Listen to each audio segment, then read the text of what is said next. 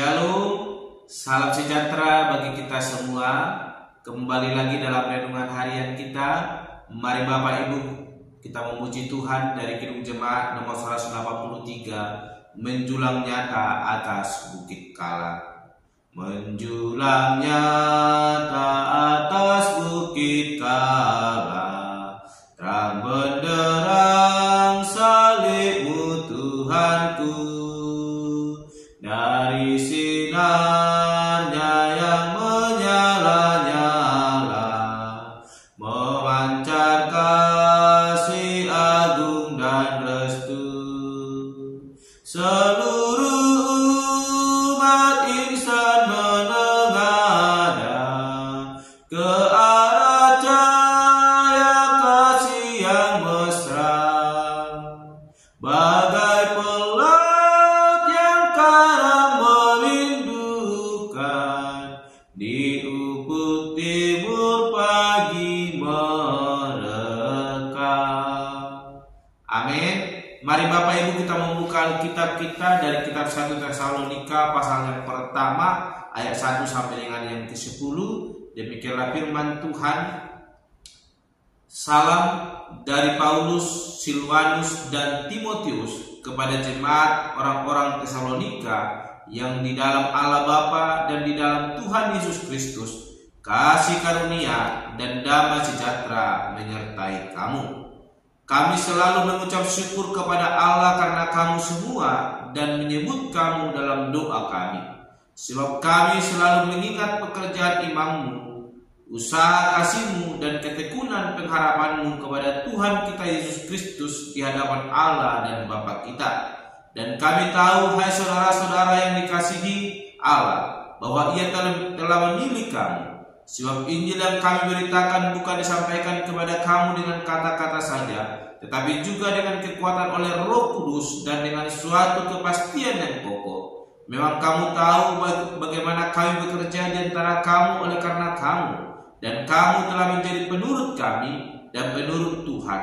Dalam penindasan yang berat, kamu telah menerima firman itu dengan sukacita yang dikerjakan oleh Roh Kudus, sehingga kamu telah menjadi teladan untuk semua orang yang percaya di wilayah Makedonia dan Akaya.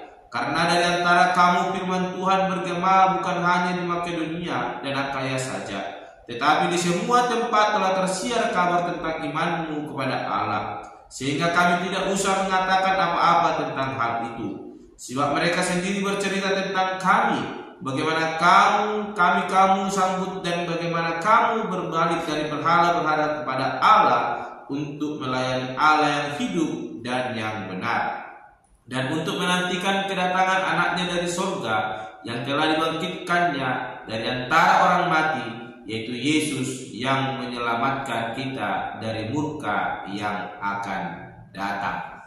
Amin.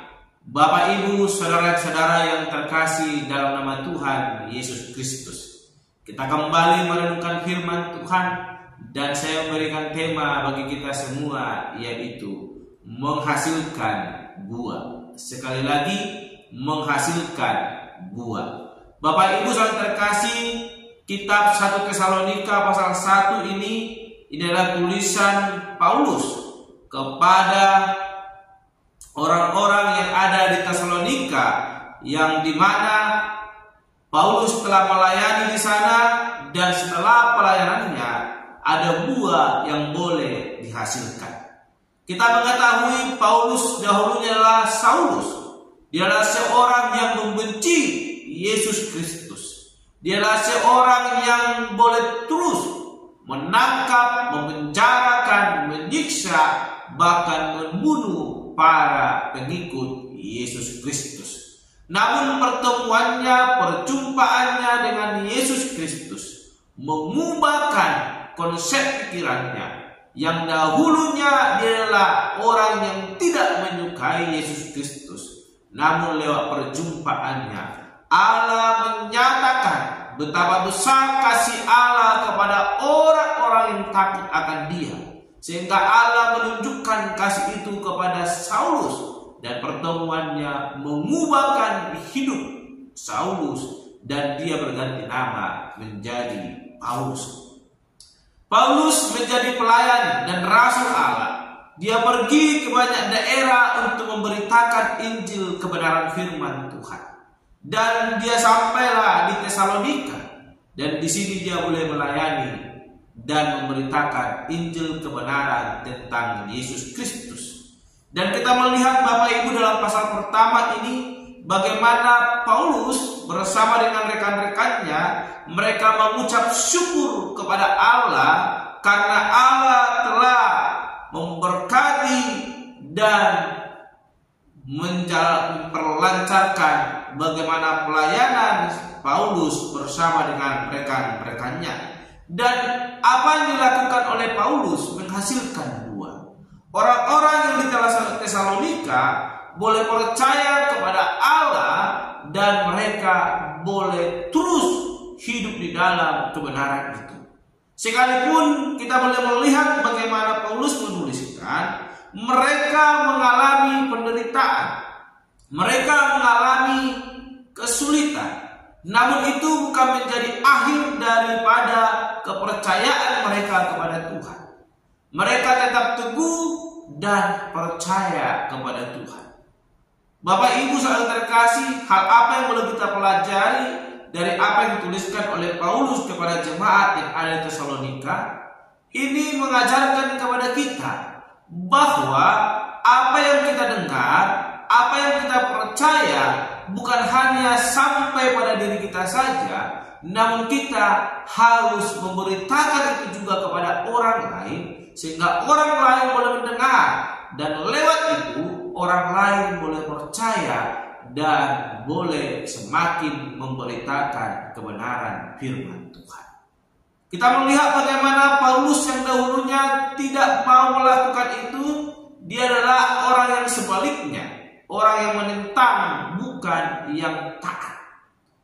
Tapi pertemuannya mengubahkannya sehingga dia taat melakukan, dan akhirnya apa yang dilakukan oleh Paulus menghasilkan buah, dan buah itu tetap dan menjadi buah yang benar di hadapan Tuhan Allah.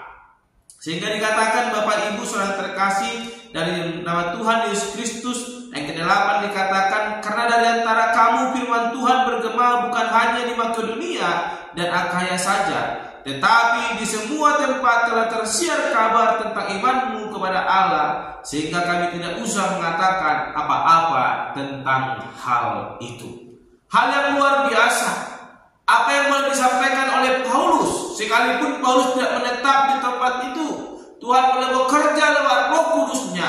Orang yang telah mendengar boleh juga menghasilkan buah, sehingga apa yang disampaikan oleh Paulus tentang Injil kebenaran boleh tersebar luas sesuai dengan kehendak Allah.